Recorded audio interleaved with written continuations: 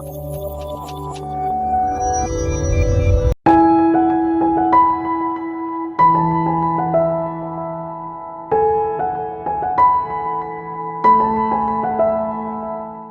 program is designed to support students access the curriculum.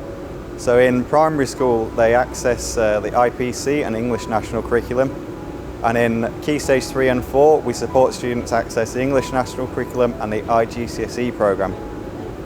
In addition to this, the program also supports students with everyday use of English and social English.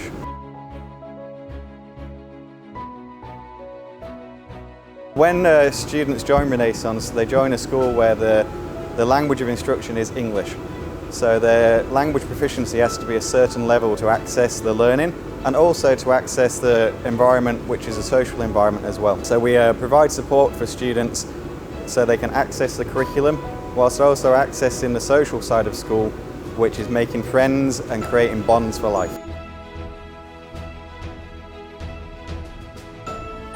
When students first come to Renaissance and their families inquire about enrolling, they go through a process of initial assessment where we use the Oxford Placement Test, which gives us a CEFR level.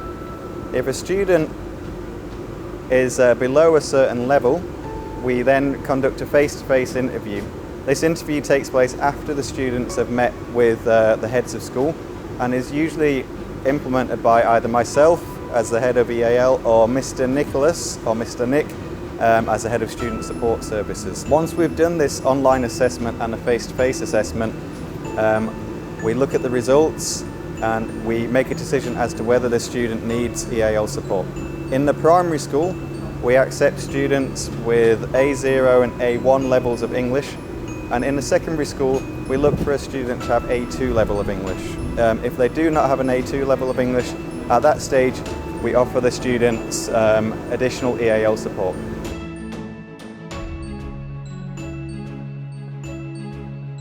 So EAL lessons at Renaissance International Schools are a combination of push in and pull out. In the pull out lessons, the class sizes are kept to 5 students per 1 adult. So we have specialised TA support and EAL fully trained teachers. In these lessons, we cover the content of the curriculum, so it's contextualised, so students can then access the curriculum in maths, science, English, and all of the subjects that they study. There's a focus on communication, so we focus on our listening and our speaking skills, so that students are producing English in an authentic manner.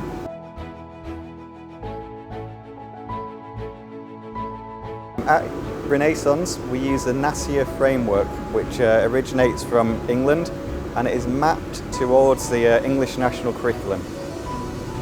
The assessment is ongoing.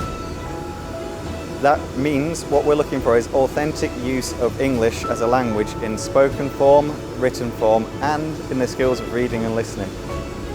Once a student reaches a step 6 on our assessment scale, we then discuss with class teachers and key stage leaders and subject specialists if we believe, in conjunction with the data that we've got from ongoing assessment, the student can function in the mainstream without the support of EAL.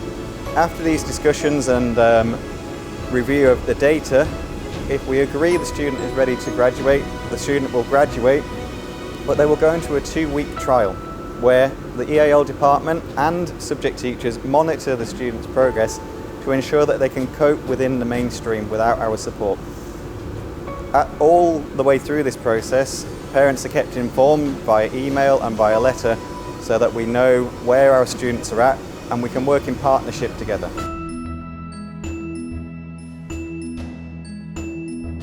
All of our teachers are language specialists with at least a bachelor's degree and teacher's qualification. Some of our teachers have got master's degrees or are studying for master's degrees. All of our TAs are specialised TAs and have undertaken specialist TA training and English as a second language teaching training.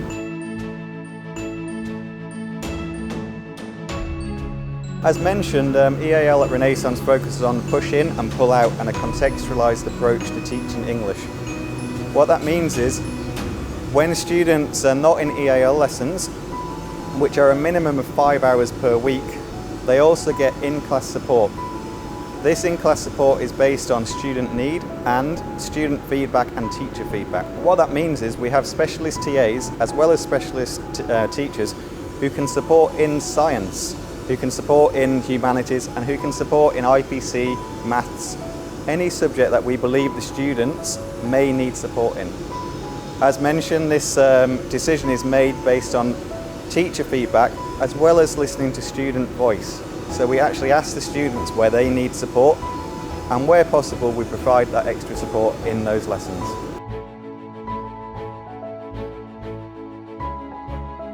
The fantastic thing about being an EAL teacher is we actually get to see the students come in with very little language skills, and quite often they're very nervous, they can be quite shy, and they might not be able to access the social groups that they want to access because of the language demands that are needed. But what is so pleasing for us to see is them develop academically but also socially. So to watch a student come in and after say 6 months they can now start to interact with their friends, they can start to play football together, and they start sharing jokes. They also start being successful academically, but the most important thing and the most enjoyable thing to see is them growing as a person and their character and all of their previous experiences in life coming out and then being able to share them in English. So not only is it academic success we're looking for, it's also personal success.